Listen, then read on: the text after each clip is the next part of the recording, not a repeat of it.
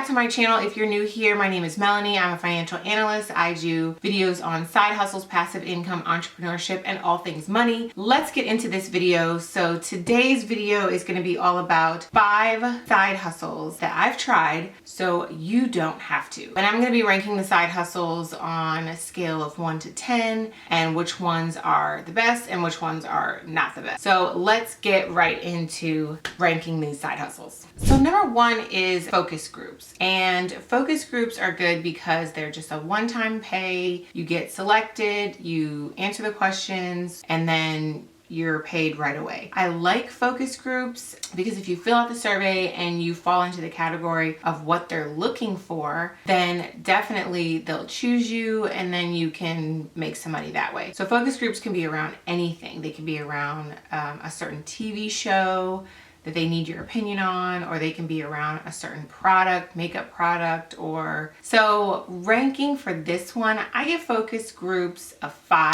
because they're not available everywhere, mostly on the East Coast and the West Coast, but they do pay a lot of money. I did a couple focus groups where I made like $100 and $200 for each focus group that I participated in, and it doesn't take that much time. The ones that I was a part of, it took me maybe like 2 hours. Flipping items to sell. So I used to do this, it's retail arbitrage, so you can do it on, you can go to Target, Walmart, any big box store, and then buy an item for cheaper and then sell it on Amazon or eBay for higher. Or you can look on Facebook Marketplace and get items for free and then sell those physically to other people on Facebook Marketplace by just cleaning them up and then giving them a price. I give this one a 2 on a scale of 1 to 10 because not everybody has the time to go out, pick up free items, or go do retail arbitrage and buy stuff and then set it up on Amazon or eBay and sell it like that. A lot of people seem to gravitate toward the free stuff that's listed on Craigslist or that's listed on Facebook Marketplace.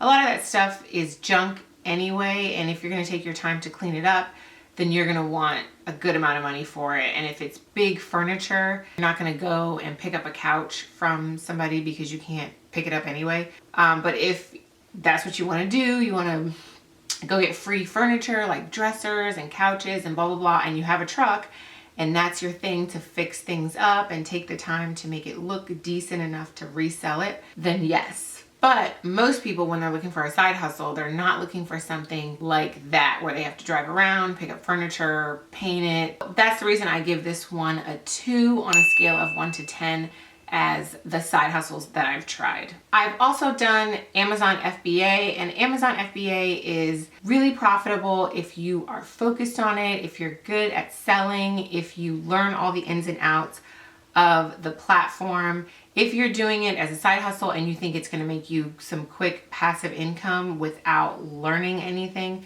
then I would not do this one. But I liked Amazon FBA because I liked to source items. I went to Alibaba, sourced some items, got them shipped here from China, and then sold them on Amazon. I did do a couple of products, just 2 from Amazon that I sold, and then I sold out of them, and then I kind of felt like I don't want to sell those items anymore. Just the hassle of buying them from overseas and getting the permits and then getting them here, sending them to Amazon and trying to rank on the first page. So it was a lot of work, but if you find one product that is great, that is doing well, that you are selling, then yes, continue, order more from your manufacturer, and then it can turn into passive income. But this is a long road to passive income, and you really have to learn the platform before you can start making a good amount of money. Amazon KDP is really good because you are the one creating those books. You're the one creating the content. If it's low content books like a notebook, you can sit there, create it, and I'll leave some links down in the description below on the things that I use to create my low content books. But again, you're gonna have to babysit this product and try to get it ranked on the first or second page so that you can get some decent sales so that eventually it will become passive income. So if you don't have a lot of time to learn Amazon and to sink your time into researching products and all of these different things, I wouldn't go for this one. But if you are looking for something that is going to be passive income long term, then definitely Amazon FBA is something that is good. And also KDP is something that's good, so you don't have to fool with any inventory or buy anything from overseas and have to deal with that. So for Amazon FBA, KDP, and FBA with physical items, I do give this a 7, and it is because it's not passive income up front, but has a strong possibility to be not just a side hustle, but to be a real legitimate business for you. So eBay, I did an eBay store for a good while I was a stay-at-home mom, and this was really fun because I liked to thrift. So what I would do is go to thrift stores, grab a couple items that were great brand names that were cheaper because they were listed, because they were at the thrift store. And I would get those, clean them up, flip them on eBay, add them to my eBay store, do the whole 9, take the photos, write the description, do the measurements and the size of the clothes and everything like that.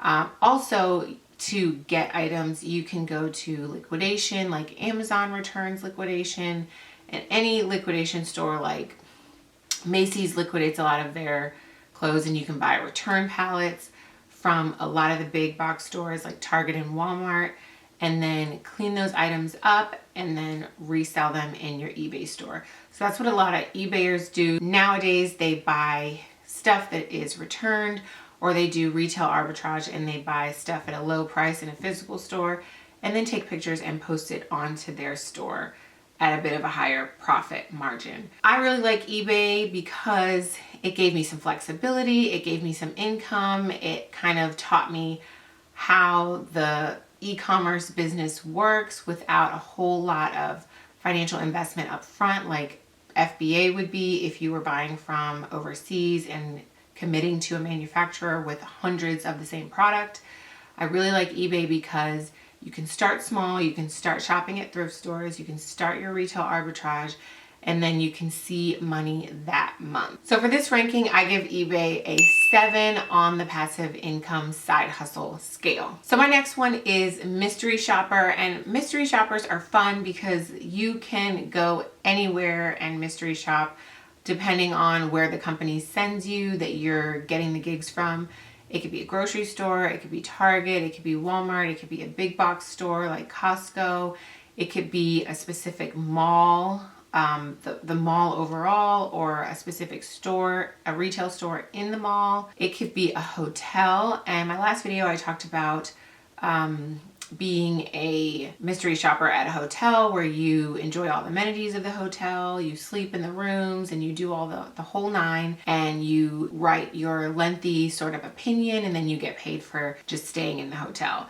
That video was specific to just hotel mystery shoppers, and that link is in that video. I'll put the link somewhere or in the description, and I'll post the video here so you can watch that. But mystery shopper is really fun because when you download the app, whatever company you're going to work for, you can look at the gigs, how far they are from where you are currently, and then how long it takes to do whatever they're asking you to do. Sometimes they just ask you to go into a grocery store and take pictures of the fruit display. So that's really easy to do, and you can get paid for just a simple task like that.